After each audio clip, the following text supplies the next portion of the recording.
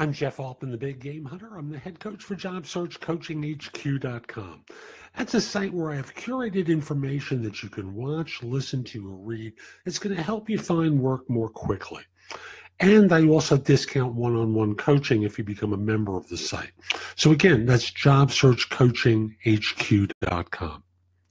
Now, someone messaged me in dismay, asking or commenting that a recruiter had asked her where she had been on interviews so far. And she was uncomfortable answering the question. What should she have done? Now, I've got two ways of addressing this. And one is your guard being up when an agency recruiter is calling you is a good thing. Now, I'll simply say part of the reason is some of them are actually being forthright. They want to know if you've met with their client, and they are reluctant to share who their client is for fear that you're going to take that information and go directly to their client and apply for a job. I understand that. I got screwed multiple times until I got it through my thick head that not every person I was talking with was considerate of me or honest with my services. So I stopped being willing to tell people who my client was.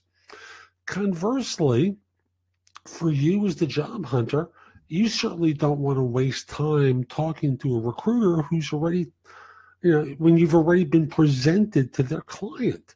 So there's kind of a bind here. And after I address how to answer the question, I'll add to the binds. Actually, let me just add to the bind some more right now. And that is, not every recruiter is honest. And like I gave the example of some job hunters would take my information and apply directly. Well, there's some recruiters who will take that information and try and get the job to work on and try and fill so that they can earn a commission. Hence the bind. What do you do? How do you address this kind of situation? The answer is, no disrespect intended, but I don't know you from a hole in the wall. And I'm uncomfortable telling you who my client is. Well, I can't present you. Well, give me an idea of what industry they're in and what town they're in. They're in banking in New York. Now, obviously in New York, there's a lot of banks in New York. So I'm trying to give you a way that you can kind of break this down. Now, understand, if you're a junior individual, you're more likely to be in a commoditized job.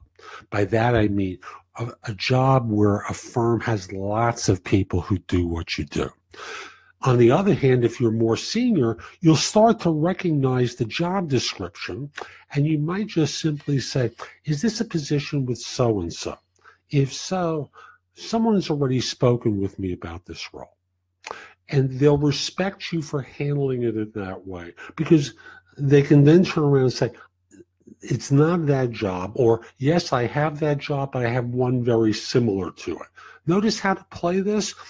Once you know the industry and the city, you can then say, if you're a senior, is it the position with such and such where they're looking for a manager of whatever? Now, if this is a large firm, it's hard for an agency to get on the vendor list, to be able to get paid if they steal the lead. If it's a smaller firm, it's different. They might be able to do it. But I digress for a second. Let me go back to the less experienced person who's in the role for which the organization has lots of people, whether that's a developer job, an accounting job, an admin job, whatever it is. There's just lots of them in the organization. And we've now gone bank in New York. Okay. Could you give me the first letter of the bank's name? They say B, just for the sake of argument. Could you give me a couple of choices of banks beginning in B, and I'll tell you which ones I've spoken with or know I've been presented to. Now, what you're trying to do is narrow the scope from them when they're offering up choices. And the idea becomes they have to ultimately open up and then get to match you. At the point you're playing the guessing game with them, where you're asking them to do this kind of stuff, be honest if that's a firm that you've been presented to or a recruiter spoken with you about. Why? This is probably a contingency recruiter. As such, they're only paid if they refer you and that you get hired. If you've already been presented, the likelihood is that they won't be able to get the interview for you anyway. It's a waste of their time and effort. It's pointless. There's no benefit to you. All you do is screwing them out of time, which is the only thing that they have, the time to work on these job leads. So the way to play it is if you're senior, you identify where you've been presented after you've narrowed the scope of possibility. For the junior individual, you're looking at it from the standpoint of, okay, we've got the industry in the city, and I use the New York example. First initial of the firm, B. Okay, bank of what? Give me the next part of it. the next letter in that title, at which point they can say, no, it's not bank of whatever it is. It's the first letter is a B of this organization. Great. I haven't been presented to any firms in that with that or any banks that begin with a B. And thus you've been able to respect one another, as uncomfortable as the dance is, but you've also avoided being risking the potential of being cheated. So I'm Jeff Altman, the Big Game Hunter. I hope you found this helpful.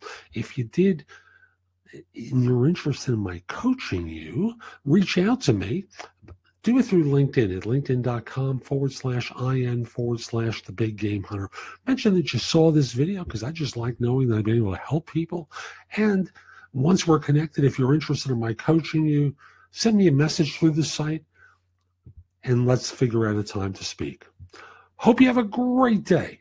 Take care.